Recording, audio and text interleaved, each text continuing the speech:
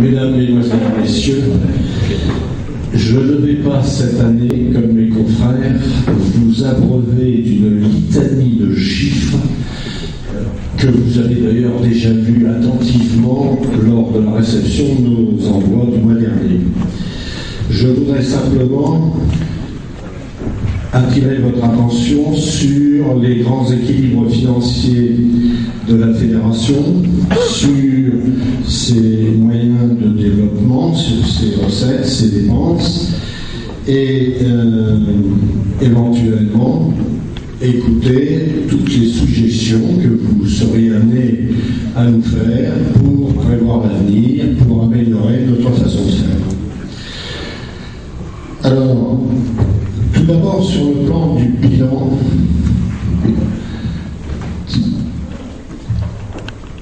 notre finance se présente comme ceci. Nos capitaux propres, c'est-à-dire l'ensemble des capitaux dont nous sommes propriétaires, dont nous disposons pour investir et manœuvrer. Ils représentent 724 000 euros. Ces 724 000 euros ont été utilisés à raison de 424 000 pour financer nos immobilisations, et notamment notre immeuble. L'immeuble qui figure dans les 424 000 est en valeur d'acquisition de l'époque, ce qui n'a rien à voir avec sa valeur marchande d'aujourd'hui, qui est nettement plus élevée. Nous avons aussi, pour faire face au quotidien ou aux accidents de la vie associative, 349 000 euros de disponibilité. C'est-à-dire qu'à tout moment, nous sommes à même de réagir à un incident, à un achat impromptu, à un investissement qui devient indispensable. Nous avons également 78 000 euros de créances.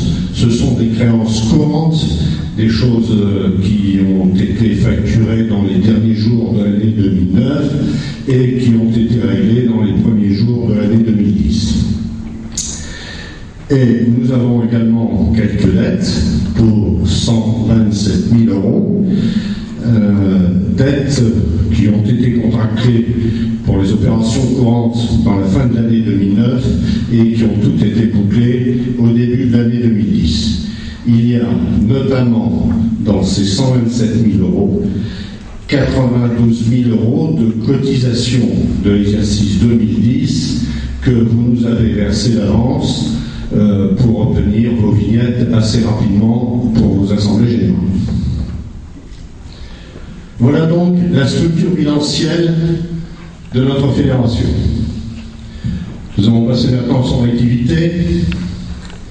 Alors, le pavé de gauche, c'est l'exercice 2009, le pavé de droite, l'exercice 2008. Donc, dans le premier pavé de gauche, vous avez les recettes et les dépenses de l'exercice 2009.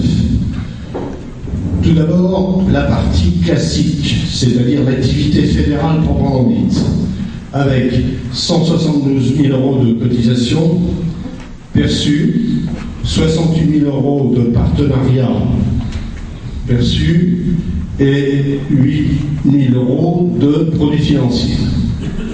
L'ensemble de ces recettes de 148 000 euros nous ont permis de financer l'administration générale pour 196 000 euros, des frais d'immeuble pour 26 000 euros, les manifestations nationales pour 61 000 euros, les manifestations internationales pour 19 000 euros, les impôts pour 5 euros,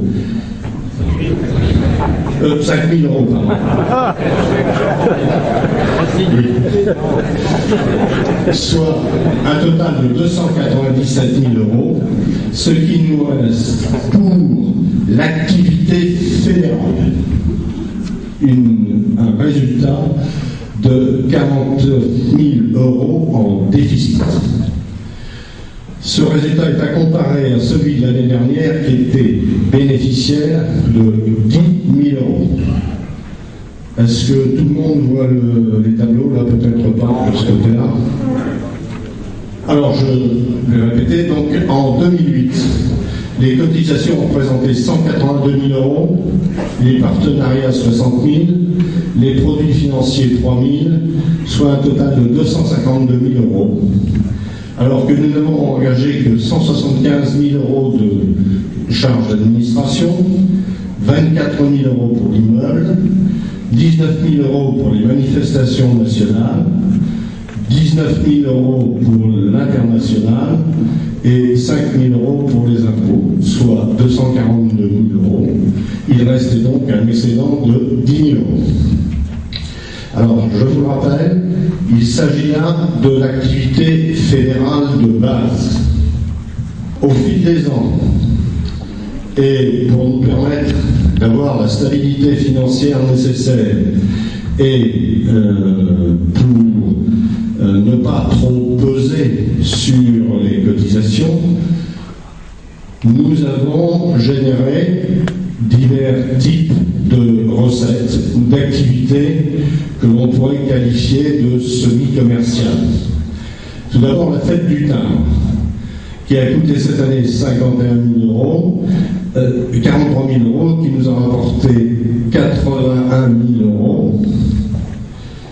La philatélie française, qui, je vous le rappelle, est à la fois une activité fédérale et une activité, je dirais, rémunératrice, dans la mesure où une partie des abonnements sont payants et une partie importante sont gratuits parce qu'ils véhiculent la communication du bureau avec les associations.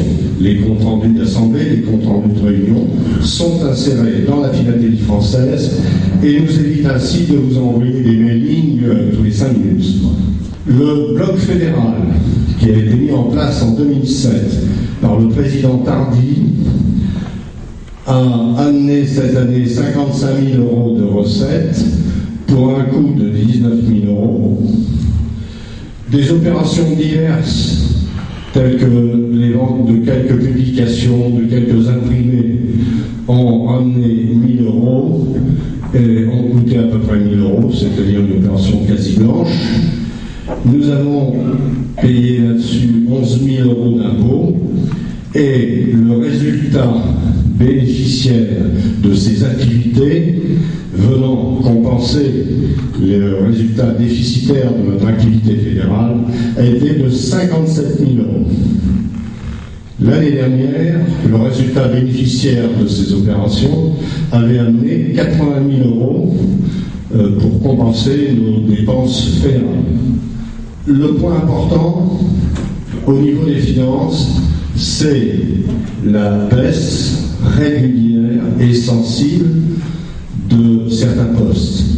Outre nos cotisations, qui ont tendance à s'essouffler, la vente du bloc, pour lequel, et je vous en remercie encore, vous nous aviez tous montré votre solidarité en 2007, s'essouffle très très vite. Quant à la fête du timbre, nous avons, bien que nous ayons un effectif de ville toujours permanent, à 110 000 à peu près, les ventes de souvenirs s'épuisent un peu et nous n'avons plus, comme dans le passé, des associations qui vendent plus que le quota minimum. C'est un sujet dont il faut réfléchir. Les années à venir nous permettront-elles de continuer sur le rythme que nous connaissons actuellement? Si les ressources s'essoufflent trop vite, il nous faudra trouver d'autres solutions.